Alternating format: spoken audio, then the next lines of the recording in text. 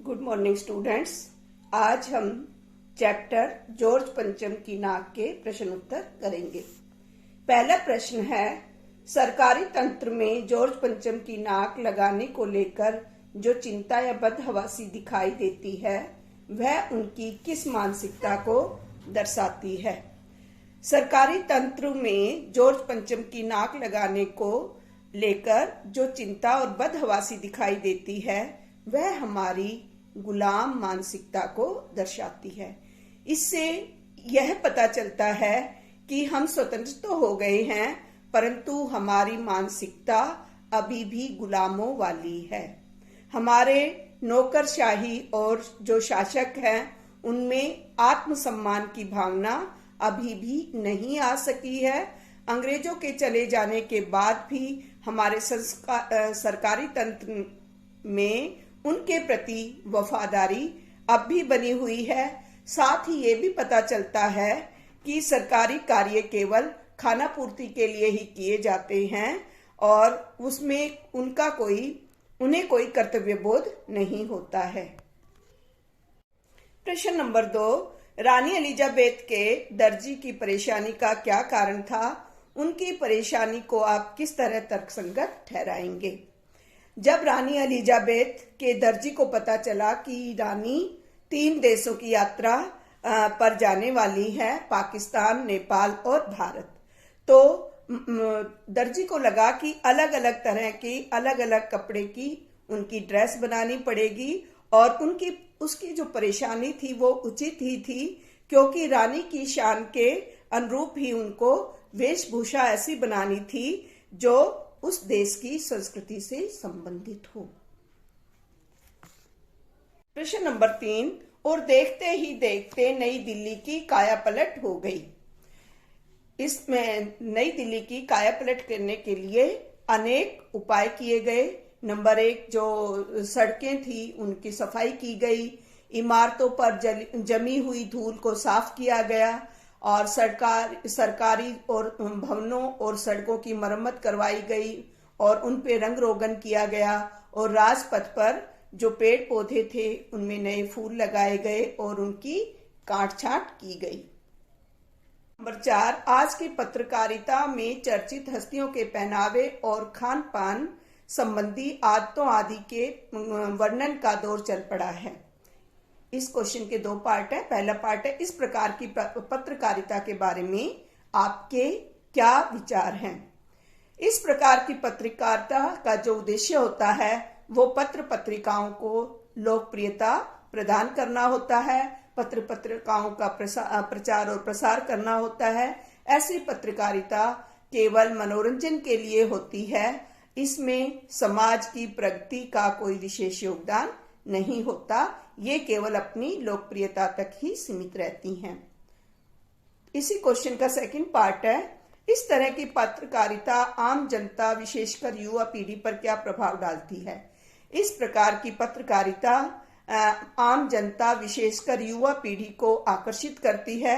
आज की युवा पीढ़ी उसी आकर्षण से उन्हीं के पहनावे, उन्हीं के खान पान को अपनाना चाहती है और इसी उद्देश्य से कई बार युवा पीढ़ी अपने पथ से भटक भी जाती है और इस तरह से संपूर्ण राष्ट्र के लिए इस तरह की जो पत्रकारिता है वो बहुत ही नुकसानदायक होती है। क्वेश्चन नंबर 5, जॉर्ज पंचम की लाट की नाक को पुनः लगाने के लिए मूर्तिकार ने क्या क्या प्रयत्न किए? जॉर्ज पंचम की नाक को लगाने के लिए मूर्तिकार ने अनेक सुझाव दिए। नंबर 1, मूर्तिकार नाक का पत्थर ढूंढने के लिए हिंदुस्तान के हर पर्वत पर और हर खान पर गया।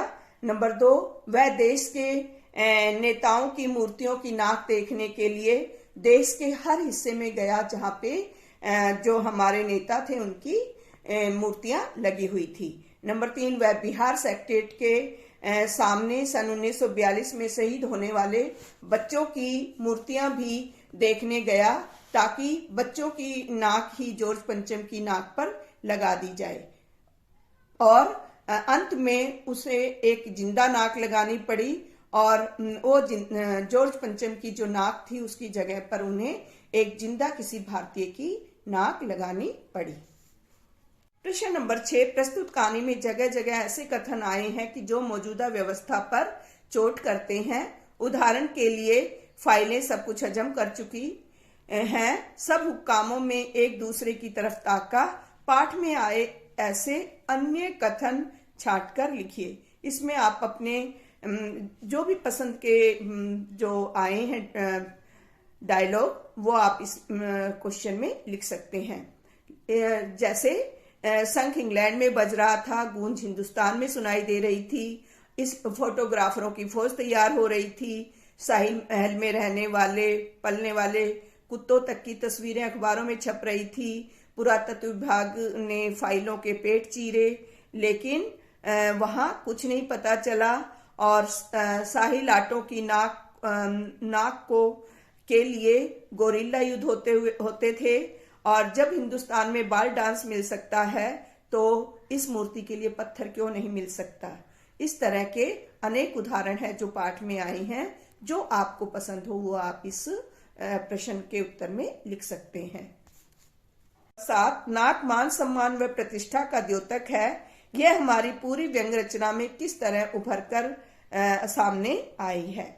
लिखिए, नाक मान सम्मान व प्रतिष्ठा की द्योतक मानी जाती है। इस व्यंग रचना में जॉर्ज पंचम की नाक को भारत पर विदेश शासन के प्रतीक के रूप में दिखाया गया है, और उनकी जो नाक का कटना उनके सम्मान की समाप्ति को दर्शाता है।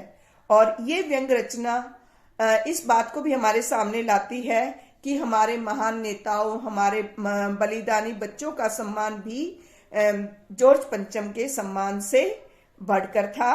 और इस मतलब इतना घूमने के बावजूद भी मूर्तिकार को जॉर्ज पंचम की नाक नहीं मिल पाई। तो ये मतलब जॉर्ज पंचम की लाट पर नाक लगाना भी हमारी गुलाम मानसिकता का परिचय देता है, और किसी जिंदा आदमी की नाक लगाकर उन्हें भारतीय जनता के आत्मसम्मान को ठेस पहुंचाना भी एक प्रतिष्ठा का ही द्योतक है कि इस तरह से हमारे भारतीयों ने जॉर्ज पंचम की लाट पर नाक लगाकर अपनी प्रतिष्ठा बचा ली। प्रश्न नंबर 8, जॉर्ज पंचम की लाट पर किसी भी भारतीय नेता, यहाँ तक कि भारतीय बच्चे की नाक फिट न होने की बात से लेखक किस ओर संकेत करना चाहता है।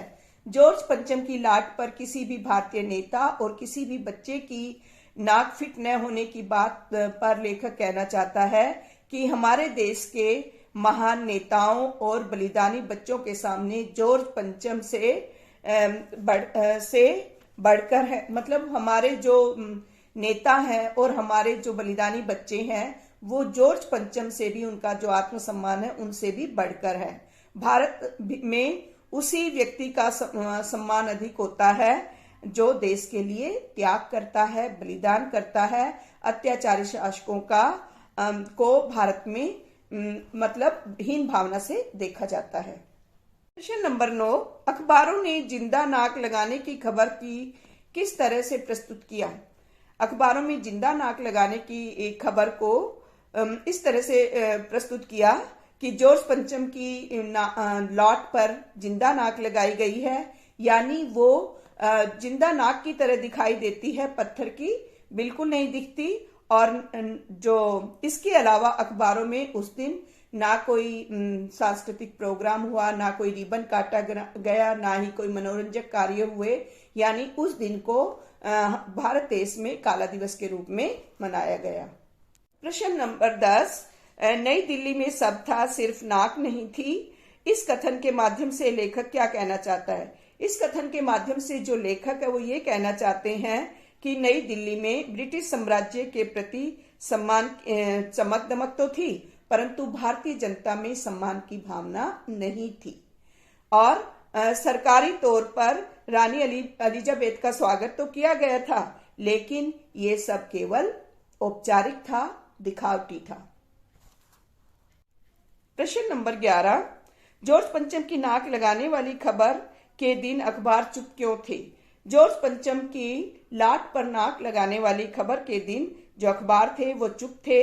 वो अपनी चुप्पी के द्वारा जॉर्ज पंचम की नाक के स्थान पर किसी जीवित भारतीय की नाक लगाने से जो सरकारी कदम उठाया गया था, उसके विरोध में उस दिन अखबारों ने काला दिवस के रूप में मनाया था और उन्होंने ये दर्शाना चाहा था कि हमारे इस प्रकार की गुलामी की जो मानसिकता है के विरुद्ध देश की जो जनता है वो उस सम्मान का विरोध करती है, उसका समर्थन नहीं करती।